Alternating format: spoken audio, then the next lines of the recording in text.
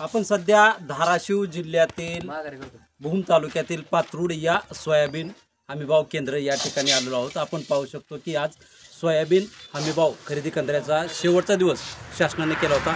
या ठिकाणी आले असता आपण पाहू शकतो की अनेक रांगा ज्या आहेत त्या शेतकऱ्यांच्या वाहनांच्या सोयाबीन खरेदी केंद्रावर लागलेल्या आहेत। शेतकरी आपल्याबरोबर आहेत।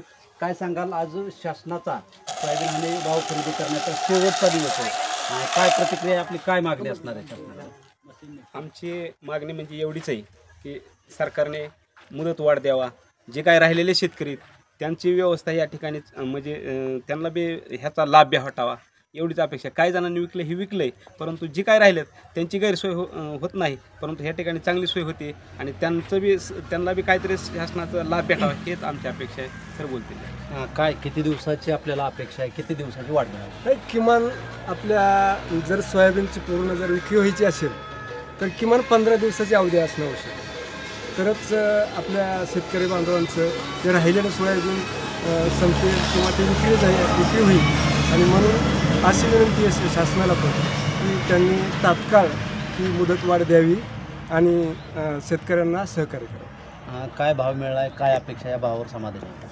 हो, जे भाव मिळालेला आहे की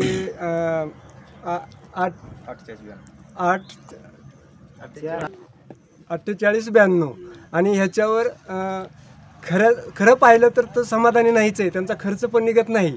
पण जर बाहेरचं जर आपण मार्केट बघितलं, प्रायव्हेट जर मार्केट बघितलं तर त्याच्या तुलनेमध्ये शासनाने शेतकऱ्याला दिलासा दिला आहे, त्याबद्दल शेतकऱ्याच्या वतीने त्यांचं पण आपण शासनाचा आभार मानायला काय हरकत नाही। साधारण म्हणजे 15 दिवसाचा अवधी अजून? हो, 100% की आपल्या शेतकऱ्यांसाठी 15 दिवस किमान मुदत वाढून द्यावी आणि तरच शेतकऱ्यांचं राहिलेलं सोयाबीन ते पूर्णपणे विकलं जाईल।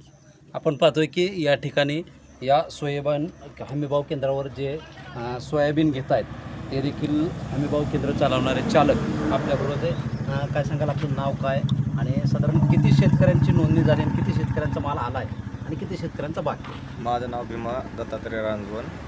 आपल्याकडं एकतर सर्वात शेवटला आपलं खरेदी केंद्र मंजूर झालं। आपल्याकडं एकूण शेतकऱ्याची नोंदणी 1004 झाली आणि त्यातले 469 आणि वंचित आहेत लाभापासून। तर मला शासनाला एक विनंती करायची की आपण 28 फेब्रुवारीपर्यंत मुदतवाढ करावी आणि कुणीही शेतकरी ह्याच्यापासून वंचित राहणार नाही याची काळजी घ्यावी। आता शेतकऱ्यांकडून 15 दिवसाची जी वाढ करण्याची मागणी होते, 15 दिवसामध्ये हे शेतकरी कव्हर होतील का? नाही, शक्य नाही, कारण आता काय आहे, बऱ्याच लोकांचा हे बाहेर मार्केटला भाव कमी असल्यामुळं कुणीही विकलेलं नाही सोयाबीन, त्याच्यामुळं एक शेतकऱ्याकडे भरपूर माल आहे, त्याच्यामुळं शक्य नाही 15 दिवसात। 28 फेब्रुवारीपर्यंत तरी मुदत वाढवावी। कारण किती दिवसाचा म्हणजे असा वर्षामध्ये? आज 6 बघा की 22 दिवस तरी किमान। हां, आपण पाहतोय की जवळपास 50% शेतकरी यांचा जो सोयाबीनचा माल आहे तो या हमीभाव केंद्रावरती आलेला आहे। अजून 50% शेतकऱ्यांचा माल येणं अपेक्षित असून त्यांची नोंदणी देखील झालेली आहे। जवळपास 22 ते 25 दिवस मुदतवाढ ही शेतकऱ्यांनी द्यावी अशी मागणी शेतकरी वर्गांमध्ये होत आहे। कॅमेरामन हरीश गाडेसह शीतलकुमार मोटे, TV9 मराठी, पात्रूड, धाराशिव।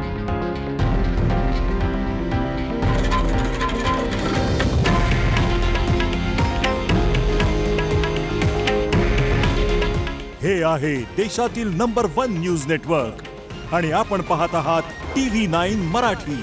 काळजी तुमची, हित महाराष्ट्राचं।